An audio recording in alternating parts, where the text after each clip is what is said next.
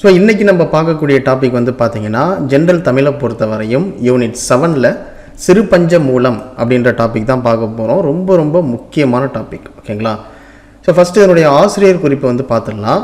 சிறுபஞ்ச மூலம் அப்படின்ற நூலோட ஆசிரியர் வந்து யார் அப்படின்னு சொல்லி பார்த்தீங்கன்னா காரியாசான் அப்படின்றவர் தான். இவர் வந்து பார்த்திங்கன்னா சமண சமயத்தை சார்ந்தவர். சிறுபஞ்ச மூலத்தில் இருக்கக்கூடிய பாடல்கள் வந்து பார்த்திங்கன்னா கடவுள் வாழ்த்தோடு சேர்த்து 97 வெண்பாக்கள் வந்து இருக்குது. இதனுடைய பாவகை வந்து பார்த்திங்கன்னா வெண்பாக்களால் ஆனது.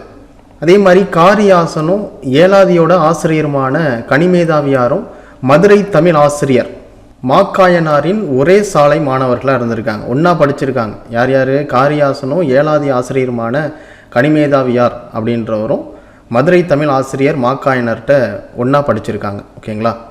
ஸோ அடுத்ததாக சிறுபஞ்ச மூலத்தோட பெயர் காரணம் வந்து பார்த்துடலாம்.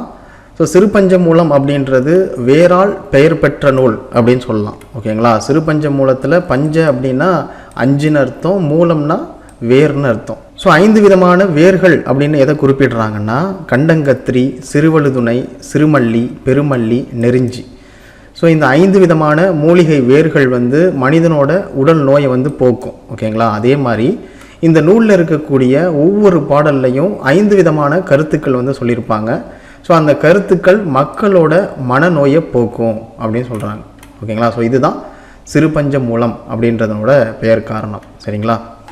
ஸோ அடுத்ததாக சிறுபஞ்ச மூலத்தில் இருக்கக்கூடிய பொதுவான குறிப்புகள் வந்து பார்த்துடலாம். சிறுபஞ்ச மூலம் அப்படின்றது 14 கீழ்கணக்கு நூல்களில் ஒன்று. அதே மாதிரி மருந்தின் பெயரால் பெயர் பெற்ற நூல் வந்து எதுன்னு சொல்லி பார்த்தீங்கன்னா சிறுபஞ்ச மூலம். ஏன்னா இங்கே 5 விதமான மருந்துகள் வந்து குறிப்பிடுறாங்க பார்த்தீங்களா? ஸோ அதான் இங்கே சொல்கிறாங்க. ஸோ மருந்தின் பெயரால் பெயர் பெற்ற நூல் வந்து பார்த்தீங்கன்னா சிறுபஞ்ச மூலம்.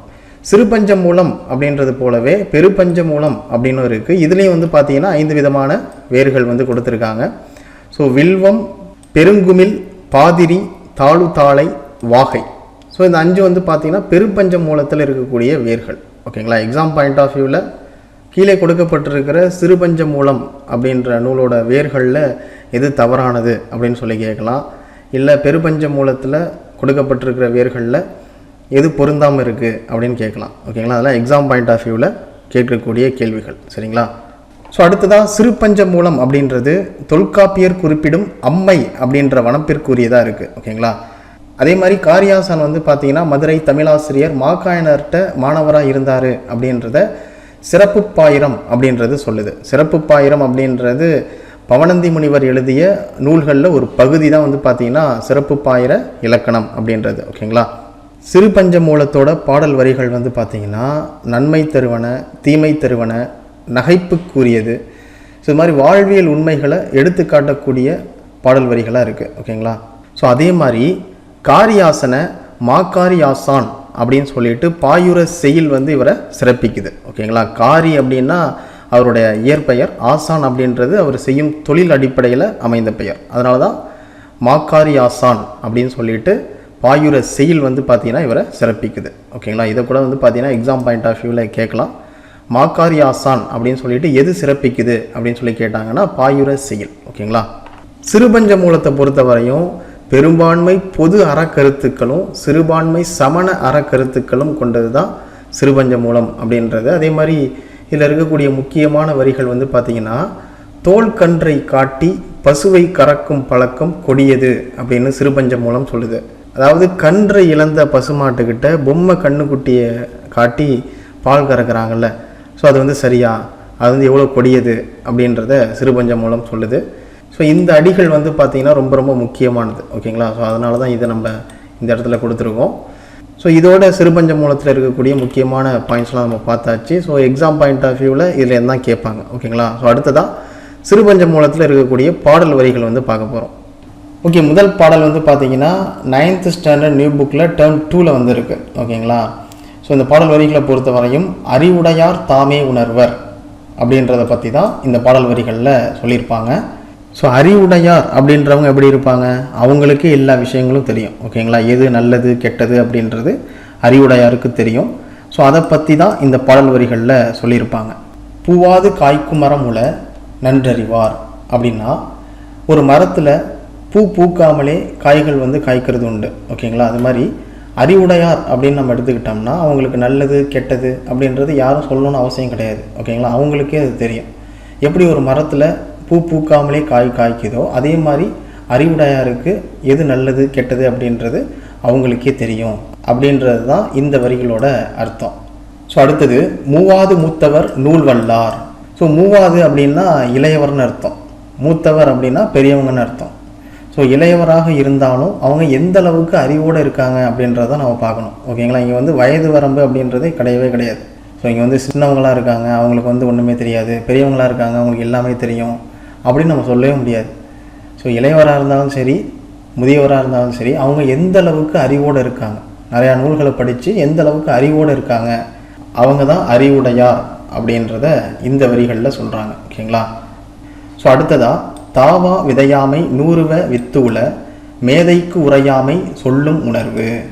ஸோ இப்போ வீட்டில் வந்து பார்த்திங்கன்னா ஒரு செடி வைக்கிறோம் அப்படின்னா ஸோ அதுக்குன்னு தண்ணி போகிற மாதிரி நம்ம பாத்தி கட்டி அந்த செடியை வந்து அமைப்போம். ஓகேங்களா. ஆனால் ஒரு சில செடிகள் வந்து பார்த்திங்கன்னா நம்ம வைக்காமலே தானாகவே முளைச்சிருக்கும்.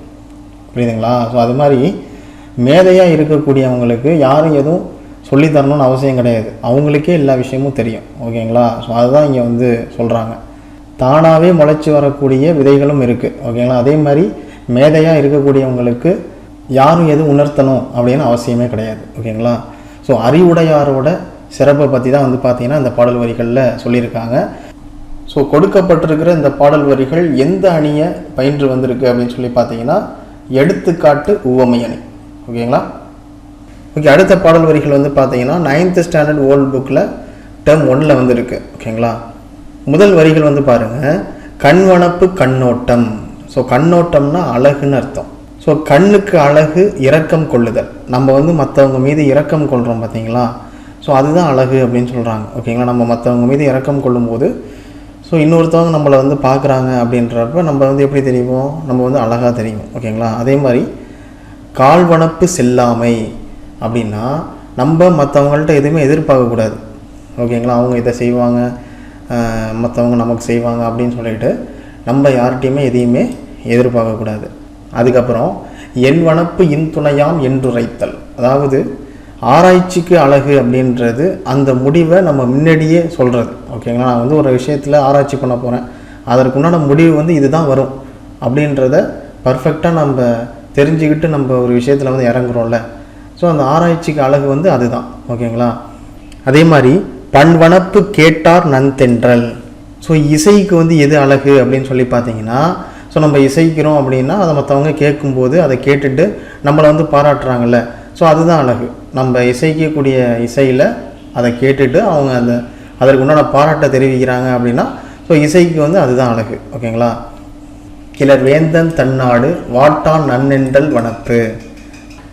ஒரு அரசனுக்கு எது அழகு அப்படின்னா அந்த நாட்டு குடிமக்களை வருத்தம் இல்லாமல் பார்த்துக்கிறான்ல, ஸோ அவன் தான் சிறந்த அரசன். ஸோ அதற்காக அந்த மக்கள் வந்து அந்த அரசனை பாராட்டுறாங்க பார்த்தீங்களா, ஸோ அதுதான் அந்த அரசனுக்கு அழகு. ஓகேங்களா.